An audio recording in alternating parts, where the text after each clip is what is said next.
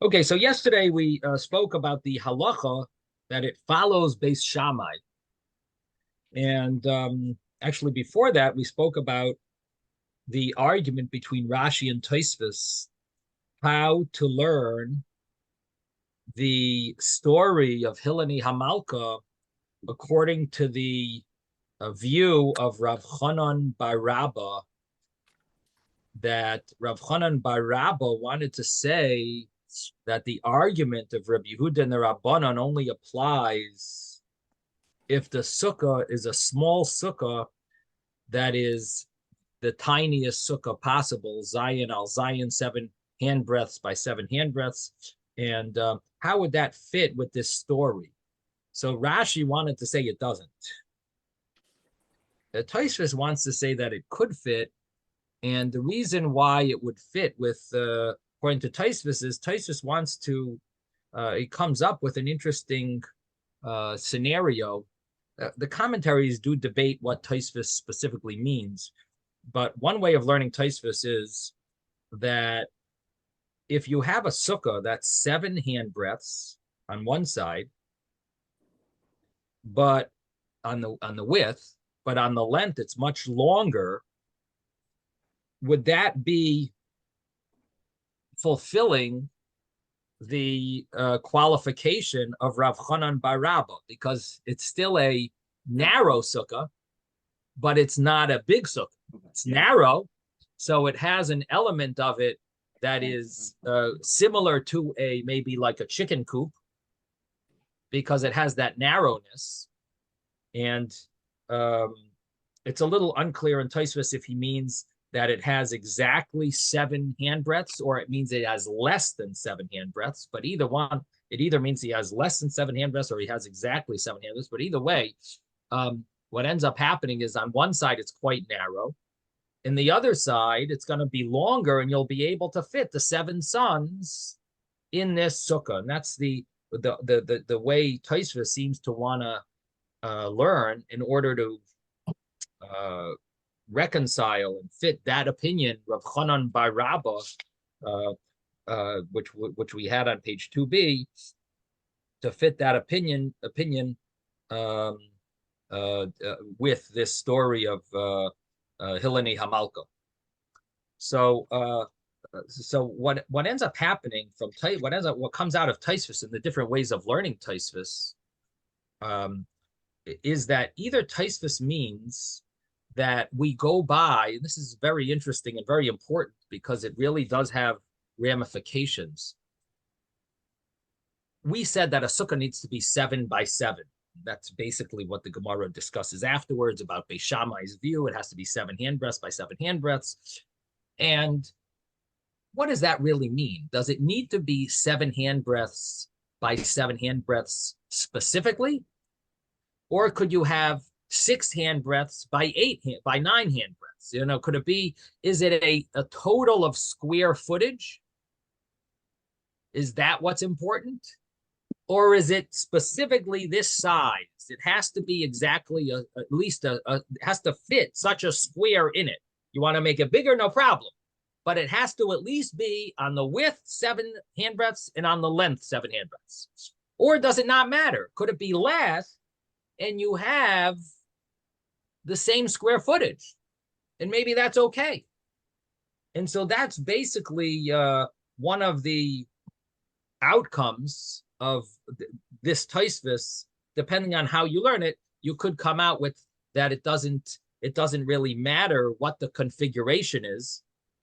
Of course, there are limits to the configuration. Like, for example, if you have a 1 handbreadth by 100 or by 50, by 49, let's say 7 by 7 would be 49 handbreadths, right? That would be 49 square handbreadths. So how about 1 handbreadth by 49 square handbreadths? Would that be a kosher sukkah?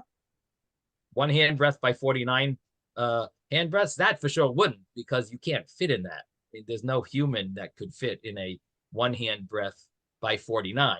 It would be 49 square handbreadths, but it wouldn't, that wouldn't be good. But the question is, let's say you have 6 handbreadths, 6 by 9, or 6 by 8 would be one off. but let's say 6 by 9, would that be a kosher sukkah, or does it have a minimum of 7 handbreadths on the width, 7 handbreadths on the length? And this applies. The reason why I say it's so important is this also touches on the laws of mezuzah, which we're soon going to learn about a little. And does a mezuzah, in order to be obligated in mezuzah, and this applies especially in Florida, where we have where you have a deck, a little on the going outside. So some people's decks, they're long, but they're narrow. But you might have the correct square footage.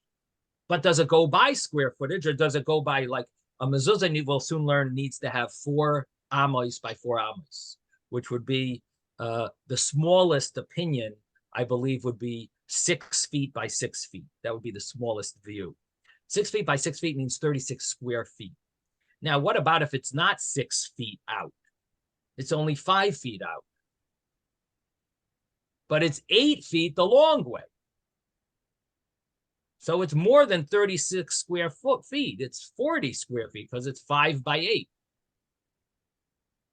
But would that be obligated in a mezuzah? Because do we have a minimum width and minimum length? Does it have to be at least 4 by 4, and then you can make it bigger and that's fine? Or could it be anywhere above that square footage, or equal to that square footage? So 6 feet by 6 feet is 36 square feet. So if it's 5 by 8, it's for sure good. So it's more than 36 square feet. And that is a question. And according to, and because of that question, we do not recite a bracha. If you do put a mezuzah on that door, and probably should, we put a mezuzah up, but we don't say a bracha, because it would be a question of going by square footage, or does it need to fit that measurement? Anyway, this touches on Tosfos is over here, because, or Tosfos, I should say, touches on this, because the question of what Tosfos means, one way of learning Tosfos is that it has nothing to do with this. It has to do with, there's a minimum size for a sukkah, and that is at least 7 tfachim, handbreadths by 7 tfachim, and if one side is 7 tfachim and the other side is much longer than 7 tfachim, it's called a minimum sukkah. That is a case of a minimum sukkah, because one side is only 7 tfachim. And so it's not talking about square footage. We actually have much bigger, it's 7 tfachim by 50 tfachim. And so you could fit all 7 kids. She has 7 sons, Hilini Amalka. And yet this would be a case where Rabbi Yehuda and the rabbis would argue about a sukkah if the schach is too tall, because the fact is it's tall and it's narrow. And that's called a chicken coop. And possibly that would be considered a problem, according to the rabbis. Now,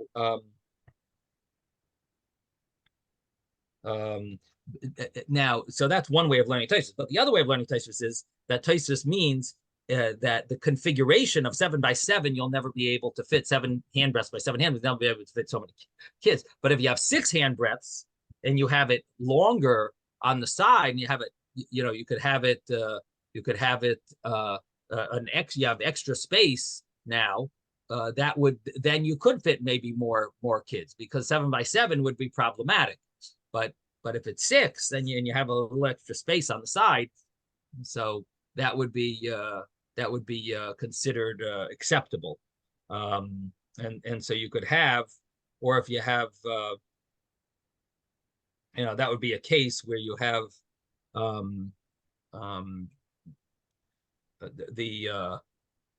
the same square footage, and it is a case where they would argue, Yehuda and the rabbis.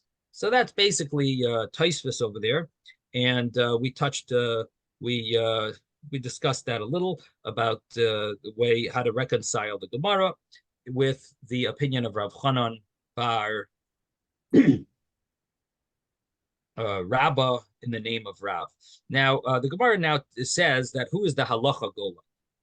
So this opened up a whole new can of complications, I should say. I want to say worms, but because on the one hand there was implication that the argument of Beis Shammai and Beis Hillel is specifically by a small sukkah. What is the minimum size of a small sukkah? On the other hand, there were implications that Beis Shammai and Beis Hillel are not arguing about a small sukkah. They're arguing about a large sukkah that doesn't have a table inside, but has a table right outside. So we had implications one way, we had implications the other way, and the Gemara wanted to conclude and did conclude that they must be arguing about both cases. It's two arguments of Beis Shammai and Beis Hillel. Now, how did we get to that? So basically, the Gemara said, what is the size of the minimum sukkah? And the reason why the Gemara says this seemingly is connected to the previous Gemara, because we did touch upon what's the size of the minimum sukkah earlier. We said that maybe that's the debate earlier of Rav Chanan bar Rabba and the opinion of the Dalet Amos, which was Rav Yehuda in the name of Rav. And Rav Huna in the name of Rav seemingly was, the Gemara said maybe he holds that that's the minimum sukkah. And Rav Chanan bar Rabba said that that's the minimum sukkah. So the Gemara touched upon the minimum sukkah. So now the Gemara says, let's see what the halacha really follows. And one of the commentaries of Pnei Yehoshua wants to say that actually the Gemara, even though the Gemara initially knocked off that interpretation earlier, but in truth, it actually does seem to fit logically that would be what they were debating about. So he says that's why the Gemara specifically is coming back to it, because be'emes, he says it's mistaber. It makes sense that this would be their machlekes, their argument. And in fact, we do find that there's an opinion of Rebbe that holds a minimum sukkah is Dalet Amos, 4 cubits. And the opinion of the other opinion is that it's Zion Tvachim by Zion Tvachim, 7 by 7, 7 handbreadths by 7 handbreadths.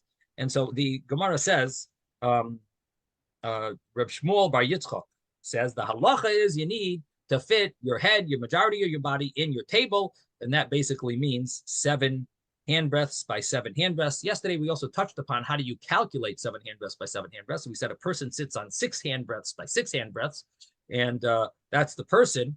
And then if he leans, we said that would be 6 by 7 handbreadths. That's part of his reclining little extra. So now we're up to 6 by 7. And then the table would be an extra 1 by 7. So that ends up being 7 by 7. Again, you think of a square of 6 by 6, then add one side, make it a rectangle, 6 by 7. That's for his reclining. So now it's a rectangle because it's 6 by 7. And then you want to make it back into a square. So you add on one side, it's 6 by 7, make it into 7 by 7. So that would be the table. It would be one of those narrow little tables, a little ledge or something. And now you have 7 by 7, a square of 7 handbreadths by 7 handbreadths. And that's the halacha. And the Gemara asks, who does that go like? And the Gemara says that goes like Beis Shammai. And the Gemara says, he says, who does that go like Beis Shammai? He says, yeah, who else? Yeah, that's the Beis Shammai. Which basically is, and this is interesting, there are cases, scenarios where we paskin like Beis Shammai, very few, but there are. This is one of them. We paskin like Beis Shammai. Beis Hillel actually held that Roshai and Rubai were enough, which basically would have been smaller even. But Beis Shammai holds you have to have 7 by 7. That's Roshai, Rubai, and Shulchan. Now, and then the Gemara said there's another way, another version of this is, he says, who you follow, who you paskening like? So he answers, I'm paskening like Beis Shammai, and that's who the halacha is. And the commentaries try to debate what's the difference between these two languages. What is the first language? The first Gemara said, what's the big deal? The first Gemara said, who you paskening like Beis Shammai? And he says, yes, paskening. And the second one is, who you paskening like? He says, Beis Shammai. Is the answer Beis Shammai, or is in the question, are you paskening like Beis Shammai? And the answer is yes. Well, like what are the difference between these two languages? But one of the commentaries says that basically the difference is that the first way of the first version of this is that they understood that Beis Shammai Beis Hillel is arguing about a small sukkah and what is the minimum size of a small sukkah, and so therefore he says, "Who you passing like Beis Shammai?" Because that's where the case with Beis Shammai Beis Hillel argue is by a small sukkah. So who you passing Beis Shammai? He says, "Yes, of course, that's the halacha, and that's the halacha passing like Beis Shammai." Even though surprising, we normally passing like Beis Hillel, we normally follow Beis Hillel. Here we passing like Beis Shammai. The second version actually understood that the argument of Beis Shammai Beis Hillel is by a large sukkah, and if the argument of Beis Shammai Beis Hillel is by a large sukkah, so then he's saying, who are you poskening like a small sukkah? Where do you come up with this? A small sukkah, Zion, Zion. Where do we have any Mishnah about this? Because he was learning the Mishnah later was talking about a large sukkah. In a large sukkah was not about how big the sukkah has to be or small. It has to be with if your table is not in the sukkah. So if you have a sukkah that's small, what's the minimum size of the sukkah? He says, who are you poskening like? And he doesn't say like Beis Shammai because he doesn't even think that Beis Shammai Beis Hillel talk about this because he understood that the argument of Beis Shammai Beis Hillel is talking about a large sukkah. So therefore, the Ika de Amri, the second version, is understanding that the argument of Beis Shammai Beis Hillel is really in a different case. So he says, who you going like? So he says, guess what? This is Beis Shammai because that is what they argue about. Also, there's also an argument about a small sukkah, a mini sukkah. Anyway, I hope you're following. Anyone here understand what I just said? We're trying to explain the difference between the first version and the second version of the wording and why the Gemara says it. It's basically following two different understandings, the two different understandings of the Gemara right afterwards, which we learned.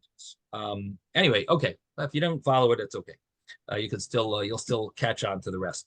So the Gemara then says that it goes through the question of what are they arguing. We get into the nitty gritty details of the grammar of the Mishnah to figure out what exactly are they arguing about. We go through each one. On the one hand, this implies that implies. The other one implies a small sukkah, one implies a big sukkah. So the Gemara said that Rav Nachman bar Yitzchok questioned Rav Shmuel bar Yitzchok. I wonder maybe they're brothers. I'm not sure. I don't know. But Rav Nachman bar Yitzchok says, who says that Beis Shammai Beis Hillel argue about a small sukkah?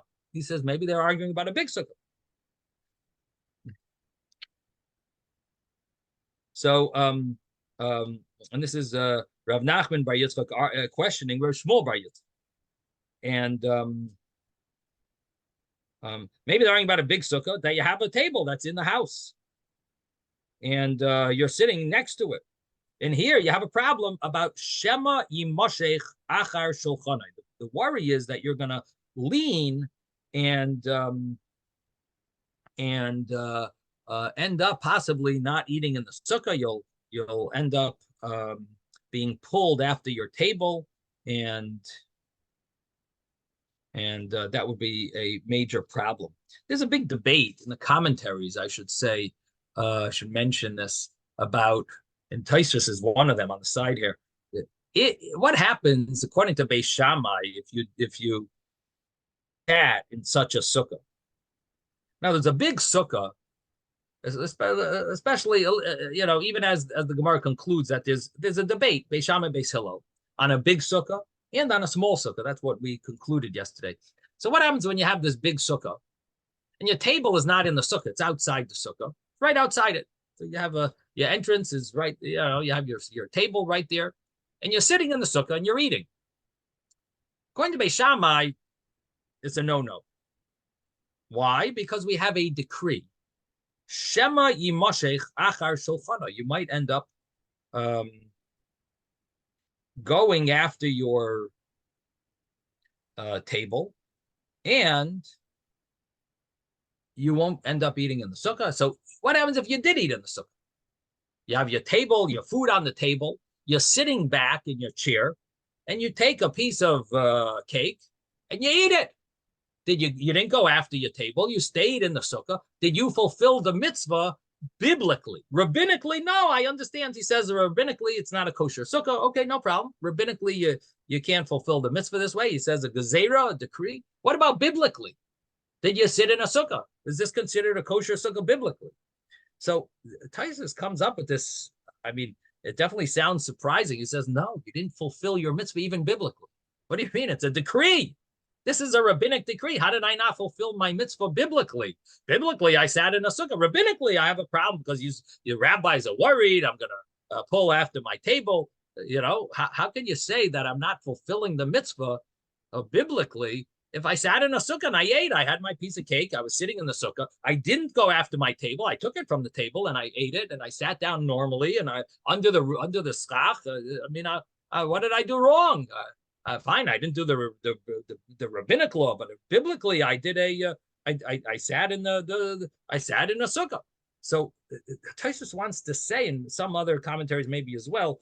Not everyone agrees with this, but at least Taisus wants to say that this is not.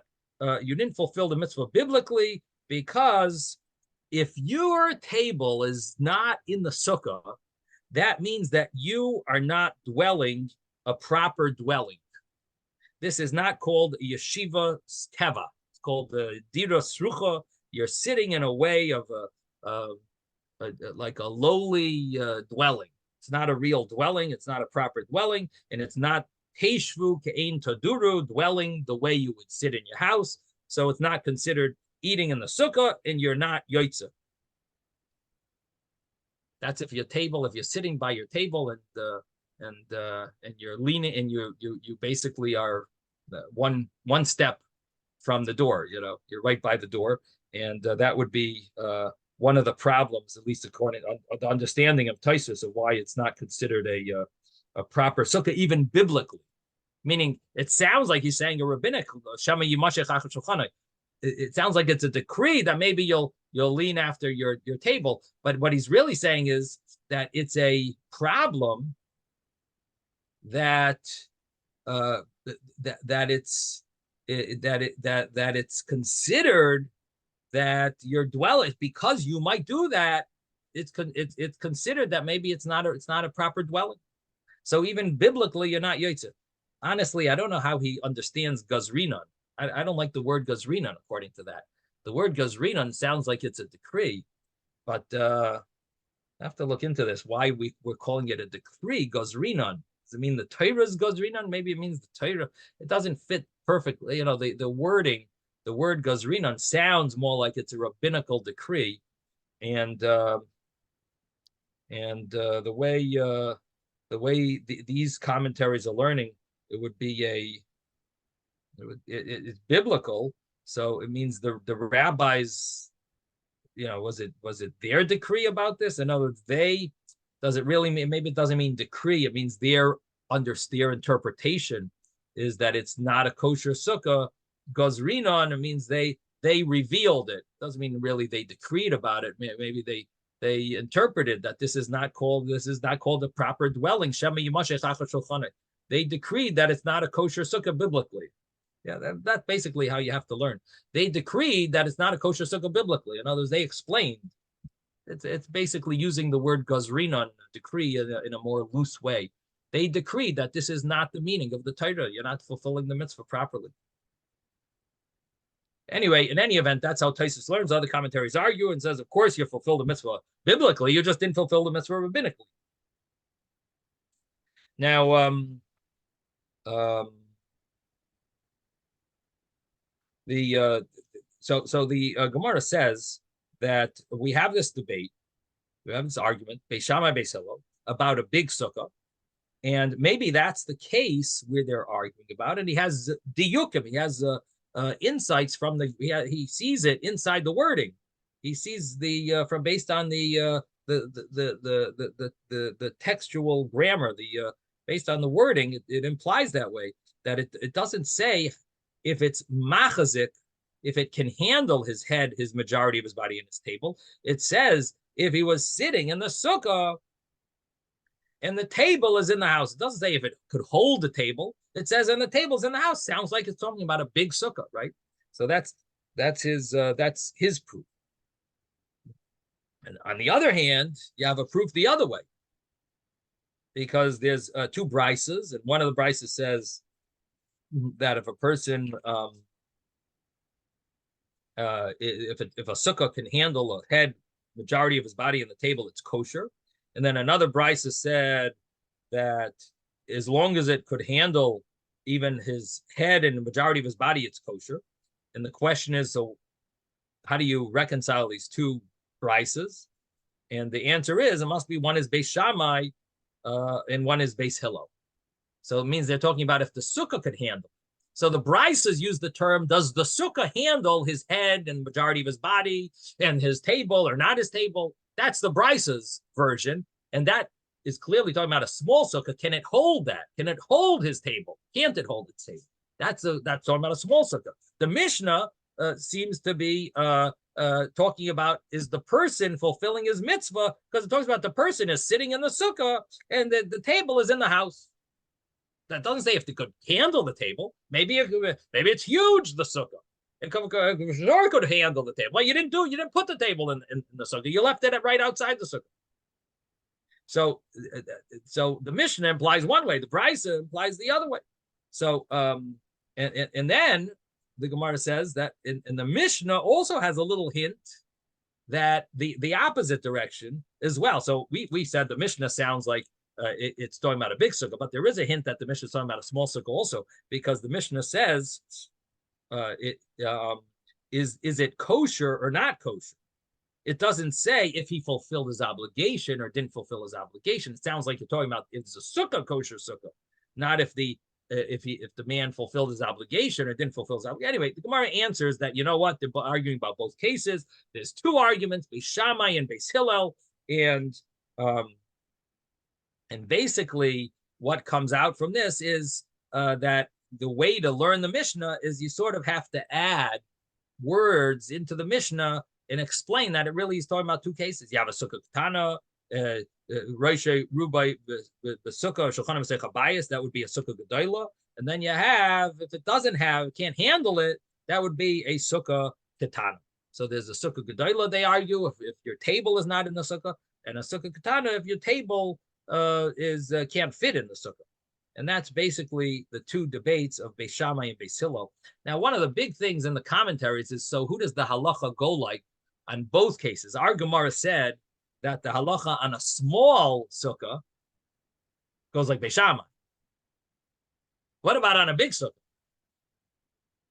Does that also follow Beis Shammai? Again, the Gemara earlier said, what's the halacha about a small sukkah? It said, you know what? A small sukkah, it has to handle your head, the majority of your body, and the table. That's 7 handbreadths by 7 handbreadths. That's how the minimum of a sukkah, you follow Beis Shammai. And that's one of the arguments of Beis Shammai and Beis Hillel about a small sukkah. What about a big sukkah? And your table is right outside the sukkah. Who there do we follow? Like, do we follow Beis Shammai there also or not? So that is also a debate in the commentaries, because the Gemara sort of leaves that vague.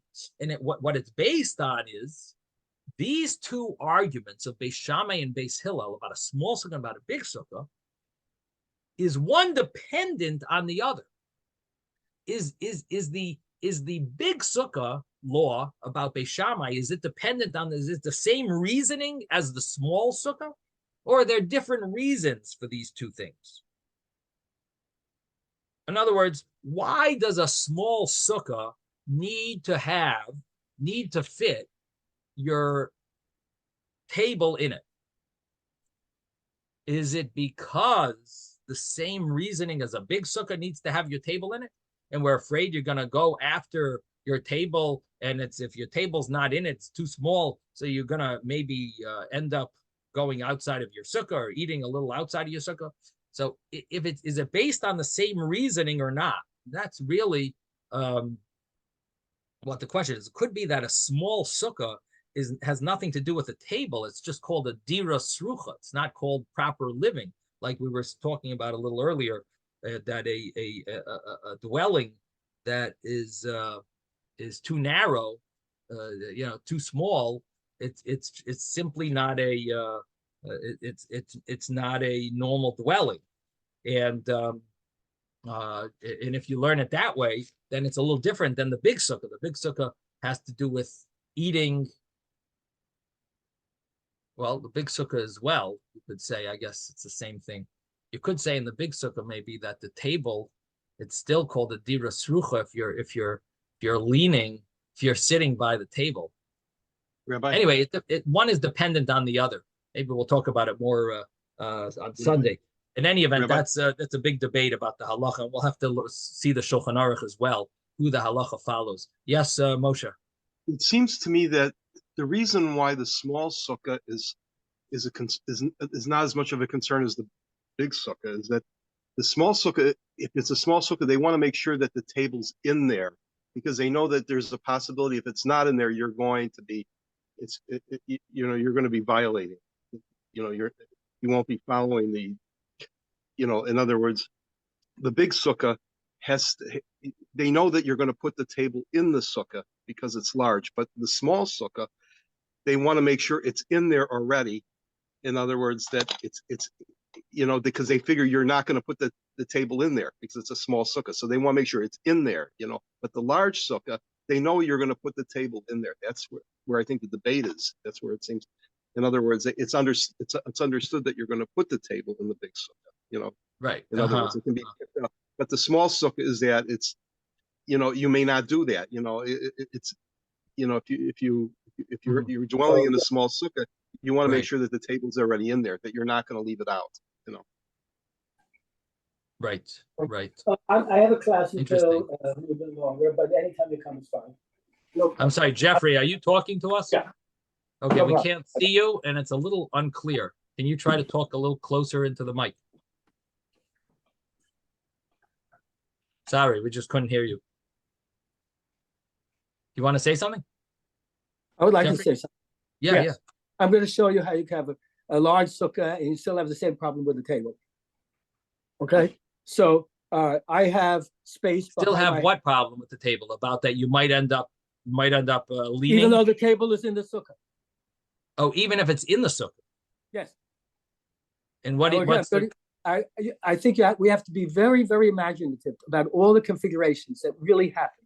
Okay, and part of what they're talking about, I think all of this has to do with how do you really live in the sukkah. So here's my house. It's a long house. Behind the house, there's a fence. Between the house and the fence, there are 8 feet, maybe just a little bit more. I built my original sukkah 8 by 8 by 8. Okay, 8 feet tall, 8 feet long, 8 feet wide. Right, fits makes sense. Right in that space. Okay, so no problem about minimal sukkah, right? But the eave of the house leans over one part of the sukkah. I purposely made for 4 walls in case I would move it to another part of my property one day. It would stand by itself. But here, one wall is really in front of the wall of the house. Okay. With no space between, and it helps support the sukkah that way. I put no schach on that side of the sukkah where the eave is. And my table is often there because it depends how many people you have to accommodate them. Because if I keep my table there, then I have the most space for people to sit. As soon as I move the table into the middle of the sukkah, then some of the people are sitting on the side where, if I have a lot of guests, they're sitting on the side where the house is and the eave, and I have to tell them, you need to lead forward to make sure your head is in the sukkah along with the table. Okay, so this configuration they're talking about could be much more imaginative. Okay, so if I'm in my sukkah alone, no problem. If my wife and I are in the sukkah alone, it's no problem. If we just have us and our children, it's no problem. We just configure it in such a way, and everybody knows you don't sit on that side. There's no schach over there to show you that you can't sit on that side. So it's what you're telling me is that your table, it's really a three-sided sukkah. Right. And what you're telling me is that it might be that your table is outside of the sukkah. It is. Is it completely outside of the sukkah? The entirety, and in its entirety? I don't think it's in entirety. I try not to do that. But once again, okay. So we gotta look this up and see if it's okay. There's no problem. Again, we might paskin like Beis Shammai, and I think the Shulchan Aruch might paskin that way. That's very interesting. that this could be problematic. There's 100 situations like this. I've never been in a sukkah that didn't have a situation, because if people put it on their decks or their verandas or whatever you want to call it, okay? Right. But there's always something hanging over. Right. But the question is, if you put your table there, the question would be, if you put your table there, this is a very practical thing Jeffrey's bringing up. What he's saying is very practical, that this halacha is a very so when it's just a few people to get clear. When there's a few people, we take the table, put it in the middle, and we just warn the people, you have to sit right close to the table, and then all of you will all be under the sukkah, under the schach. Right, right. But the table, I hear you. Very, very interesting. Thank you. But if I'm eating breakfast alone and I just brought 14 things with me to go outside, and I bring them all in, and I've got to go to work soon, right? So I'm bringing the least number of things. I bring a chair, and I bring my food, and I put it on the table, and I try to make the table come into the sukkah because there's plenty of room, right? Right. So pull it in. Right. Right. But it's completely inside the walls. You understand? Right. Inside the walls, right. But if it's not under the schach, that could be a very could be a big problem. Interesting. Nobody ever commented. Nobody ever commented. It's just like the story about Haledi Malka. I feel like Haledi Malka. Nobody comments. Right? Everybody's my sukkah. Okay. And when we have on occasion had a lot of people come, so the women were willing to sit on that side. Right.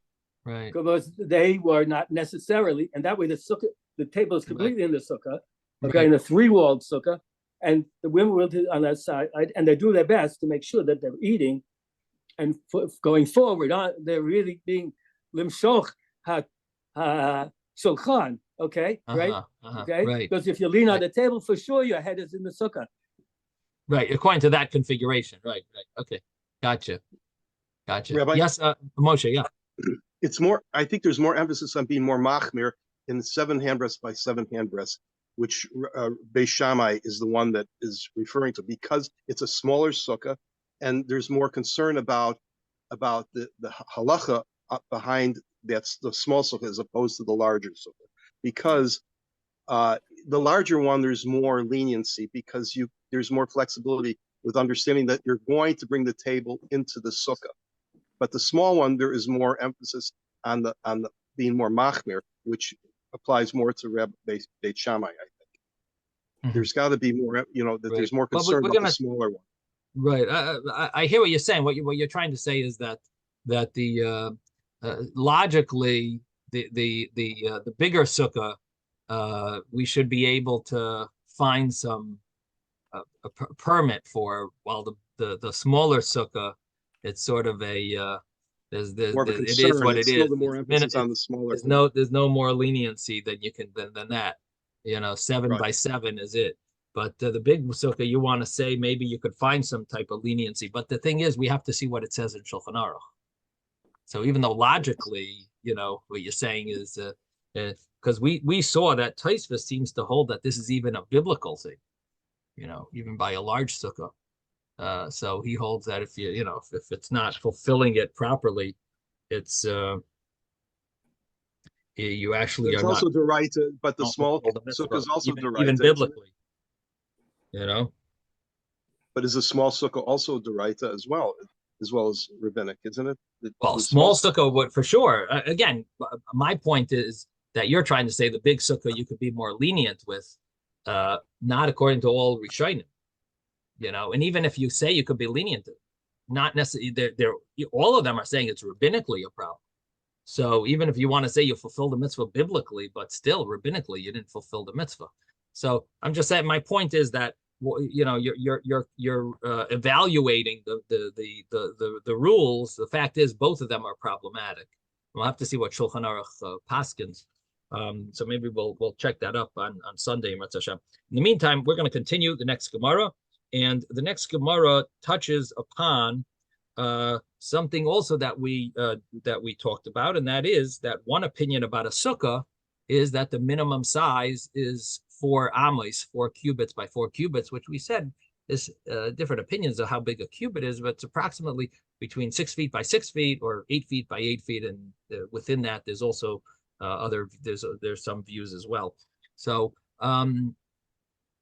the Gemara, now we don't follow that opinion. That opinion is the opinion of Rebbe. Rebbe holds that a sukkah has to be that size. That, again, we don't follow that, but that law of having a house that's the size of Daled al Daled does apply to many areas of halacha. And the Gemara is going to ask, would the other opinion that holds 7 handbreadths by 7 handbreadths, would they argue on all these cases that all the cases could be 7 handbreadths by 7 handbreadths? Or do they agree that many laws in Torah go by the Daled Amos, the 4 cubits by 4 cubits, and only by Sukkah is there reason that we're lenient by 7 handbreadths by 7 handbreadths? Or maybe not. Maybe every halacha should be 7 handbreadths by 7 handbreadths. So the Gemara continues. We're on page 3a, and we are starting by towards the end of the page. Montana Laha. It's about 6 lines up from the bottom of the page. Montana Laha, 3a. And you have the art scroll, it's probably the last 3a. I don't know, 3a3 or 3a4. Okay, so Montana Laha de Tana Rabbanan, who is the author of this brisa that the rabbis taught? The Tana Rabbanan rabbis taught, Bayis Shein Bayar Ba'amis Al Abraham. A house that doesn't have 4 amos by 4 amos is going to be exempt from many rules. What are they?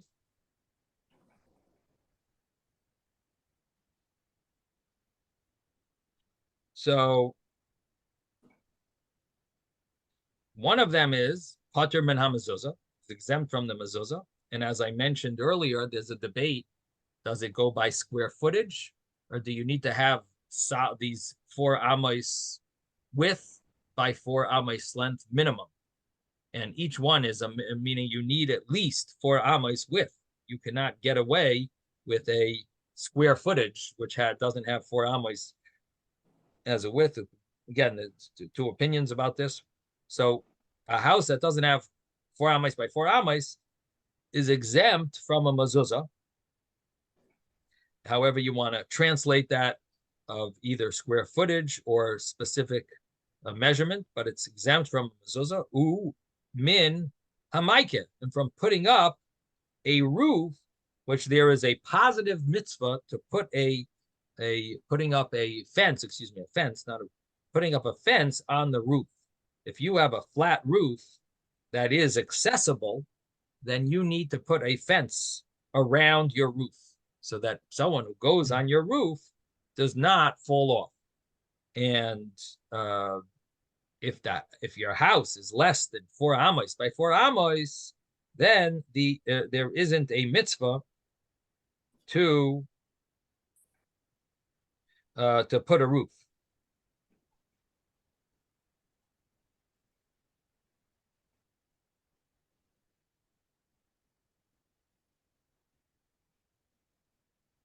The famous question on this is, well, what do you mean? It's still very dangerous.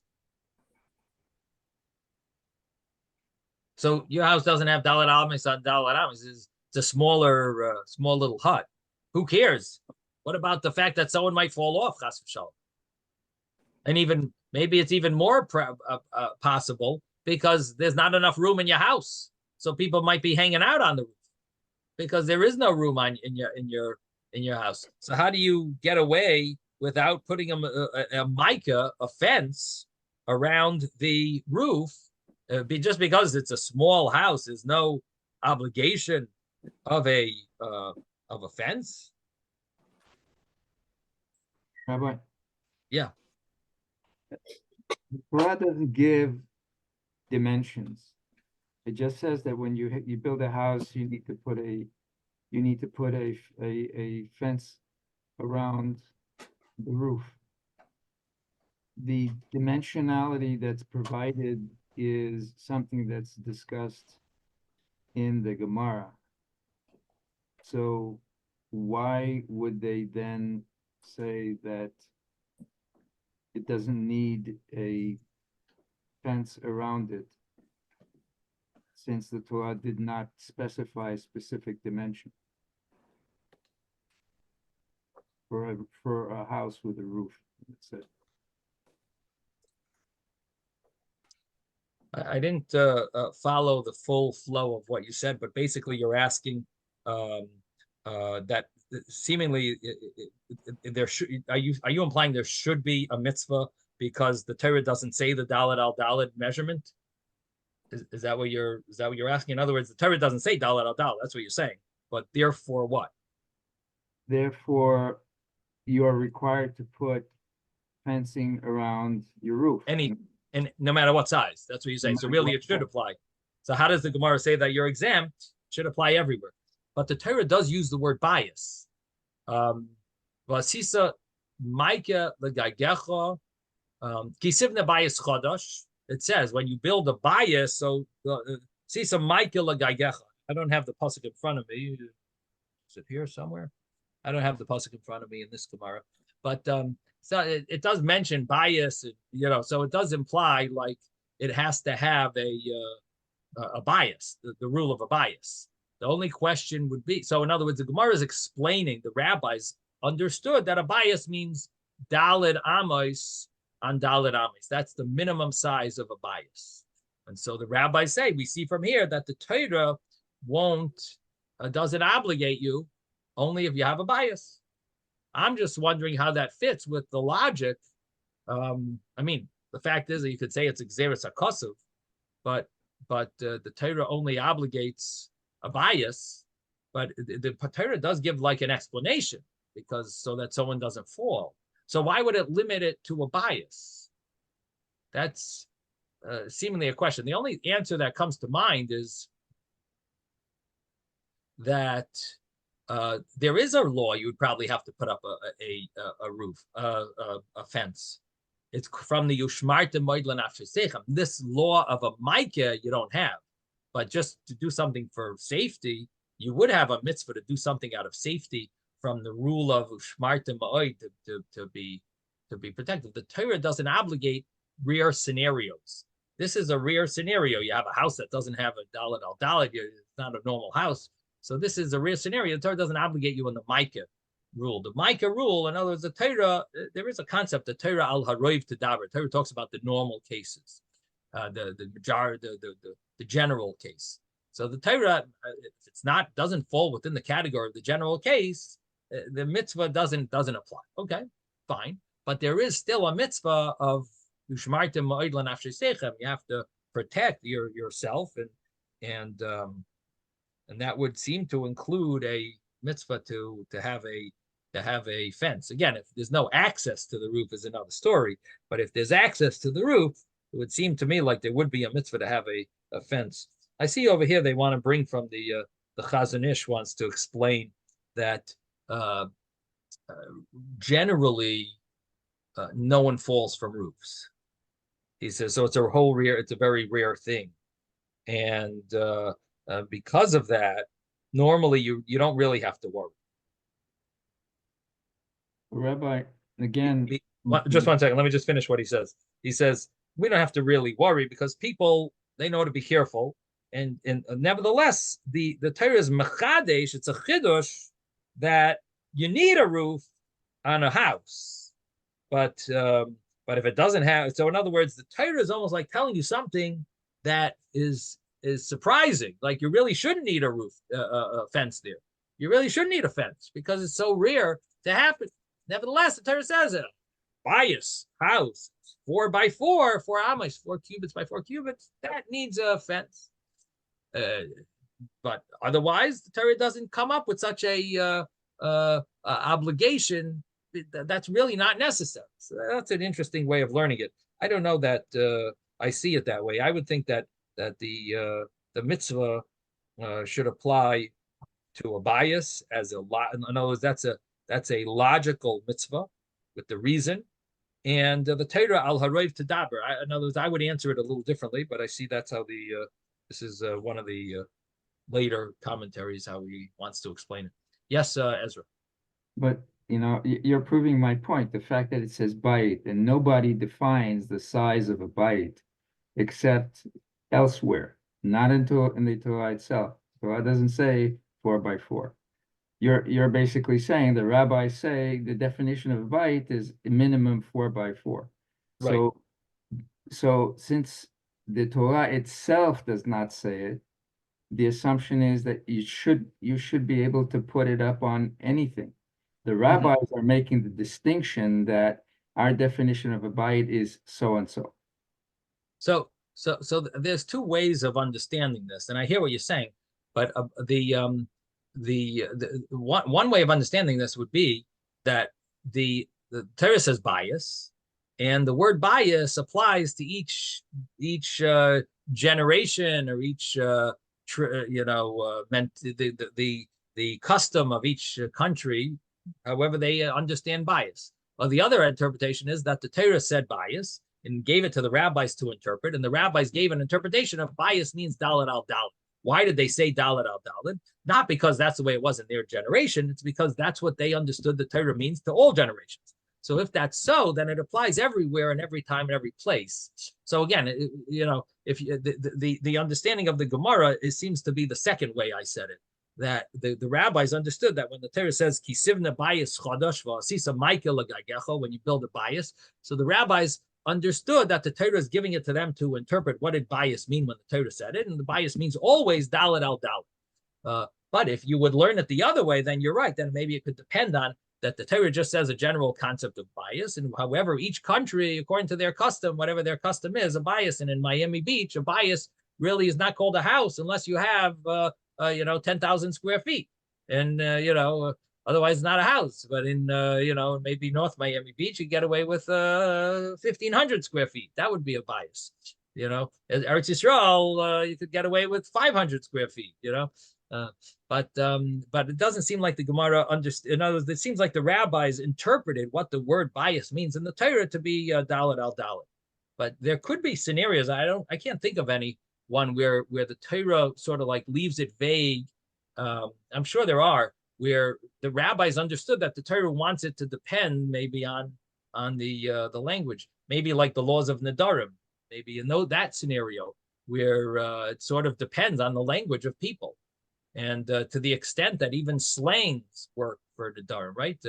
Called Kinuye Nadarim Kinadarim. It says all the Kinuyim, even the Kinuyim of Nadarim work for Nadarim, which according to one opinion means that it's the Lashon Shabadalem Chachamim, or it could be that maybe there you have an idea where it sort of like depends on. Bechlal, the concept of Nadarim, it all depends on the Lashon B'nei Adam, it's how people speak. So there it is. A Neder is not like a set thing. It depends on the way people talk. So there you have a scenario where the way you understand it, that it's really depends on the people, but and on the language of people. But here, bias seems like the rabbis understood it to be a set amount, and they're giving their interpretation. And our Gemara is questioning. Maybe there's a debate about this, how big a bias is. And maybe there's another opinion, and the Gemara concludes and says, no, everyone seems to agree that it's dalet al dalet. Now, initially, the Gemara wants to say maybe the rabbis argue and say it's zayin al zayin, 7 handbreadths by 7 handbreadths. But the conclusion is not that way. Okay, so anyway, let's continue in this brisa over here. So the brisa says that a house that doesn't have 4 cubits by 4 cubits, 4 amis by 4 amis, is exempt from a mezuzah and is exempt from a mica, a fence. It does not contract negoyim, a nega. In other words, the laws of a nega, if the wall of a house is green or red and it has a tsaras, leprosy, so the laws of a house only apply to a house. If it's not a house, so even though the wall got some green or got some red, or whatever the rules of Negoyim are, but it won't have the din of Tumas Batim, of the law of a house that is Tameh. Yes, David. I'm not sure if we spoke about this before, but when the Gemara is saying that the sukkah has to be big enough for a person's head and most of the body and a table. Is that just like theoretical dimensions in order to establish the minimum dimensions, or does it actually mean that you really have to have a table? Right, good question. Very good question. Yeah, it seems that as long as you don't have a table right outside it, which could create other problems, that we're nervous that you're going to lean after your table and so on, that a sukkah does not need a table. But if you have a table and it's outside it, or if you have a table in it and it doesn't give you enough space to stand, both of those could be problematic. I mean, the rabbis always are putting a fence around any halacha to make sure that you don't accidentally violate something. So I think in the situation where even if you had the table outside the door and you could stick your hand out and grab something, there's always a possibility that you'll stick your head out and take something that's from the table and forget that you're not inside the sukkah and then stick it into your mouth, whereupon you're over on eating in the sukkah itself. So I think that that's the reason why even in a small sukkah, which is even more problematic because you actually have to lean outside in order to be able to get something, if it's that small. So therefore they require you to have Beit Shammai, really thinking about all of this, basically says you need to have that shulchan in there so that you're not over on the mitzvah. But what if you don't have a table at all? That's what I was going to ask. What if you have a big sukkah with no table? Or if you have a small sukkah with no table? Either one seemingly is okay because you're not leaning out of the sukkah, and you have space in your sukkah. But So if you have the space to put the food, let's say even on the floor, that's considered like as if you had a shulchan in there.